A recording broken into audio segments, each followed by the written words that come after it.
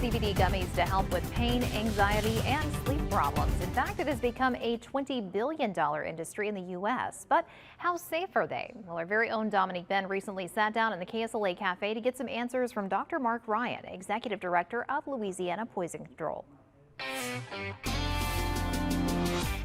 More and more people are dealing with sleep problems, chronic pain, or feelings of anxiety. They're turning to CBD gummies for relief, but are they safe? What are the risks or side effects that people should be aware of?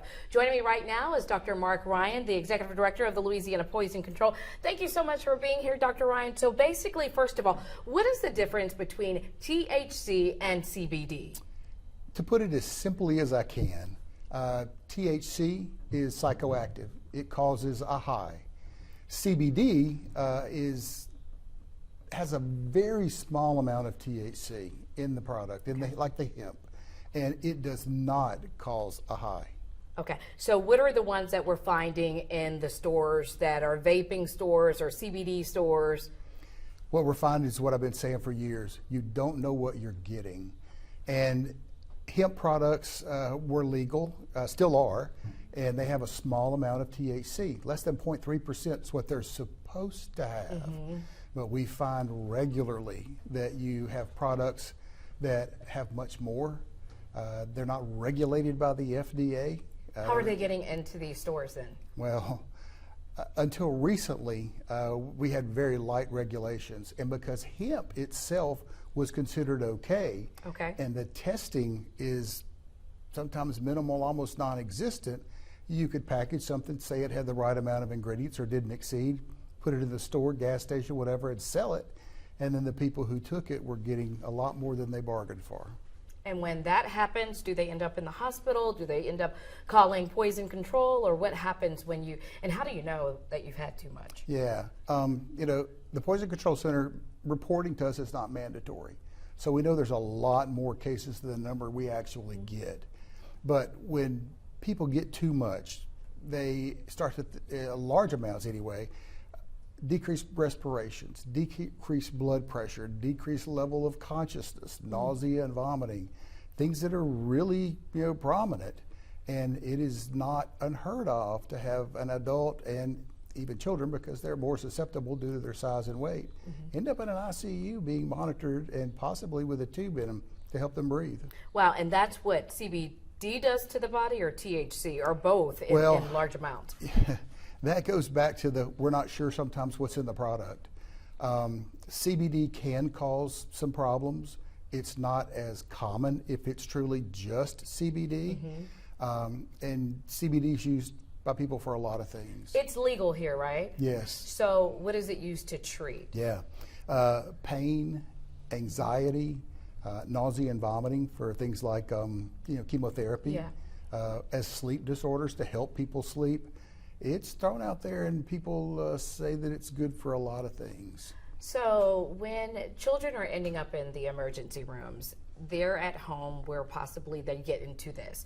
So give me an example of what these gummies look like that attract them. Is it like a gummy bear? Absolutely. It looks just like the stuff we buy, in the store. Whether it looks just like a piece of, a candy, a little bell-shaped, or whether it's pressed out in some nice-looking, colorful shape. And sometimes with these products, they're supposed to be limited to a serving. And we know that when they first came out, some of the things like cookies, a cookie would have 9 servings. But we're not going to eat just a ninth of a cookie. You're going to eat the whole cookie. So you eat the whole thing, right? Or if there's a bag of gummies out there that's got 20 in it, they taste good, they're all gone. So you can't taste CBD or THC? No, not the way it's packaged. Okay.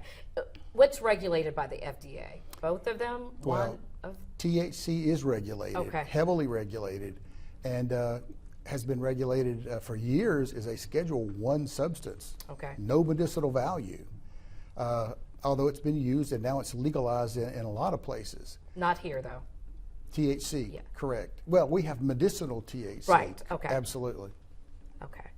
And CBD is it medicinal, or you can just go in and get it? Well, there is a prescription form that's used for a unique form of seizures.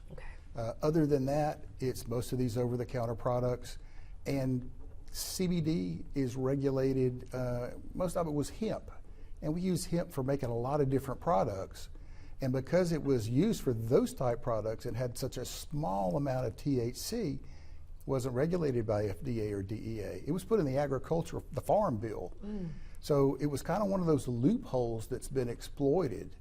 And we see tremendous amounts of it. And another thing that we've seen several years ago, started noticing these A-frame signs, especially out on Uri, saying Delta 8 THC. Well, you can get Delta 8 THC chemical conversion from hemp. So you could make a psychoactive form from hemp, another part of the loophole.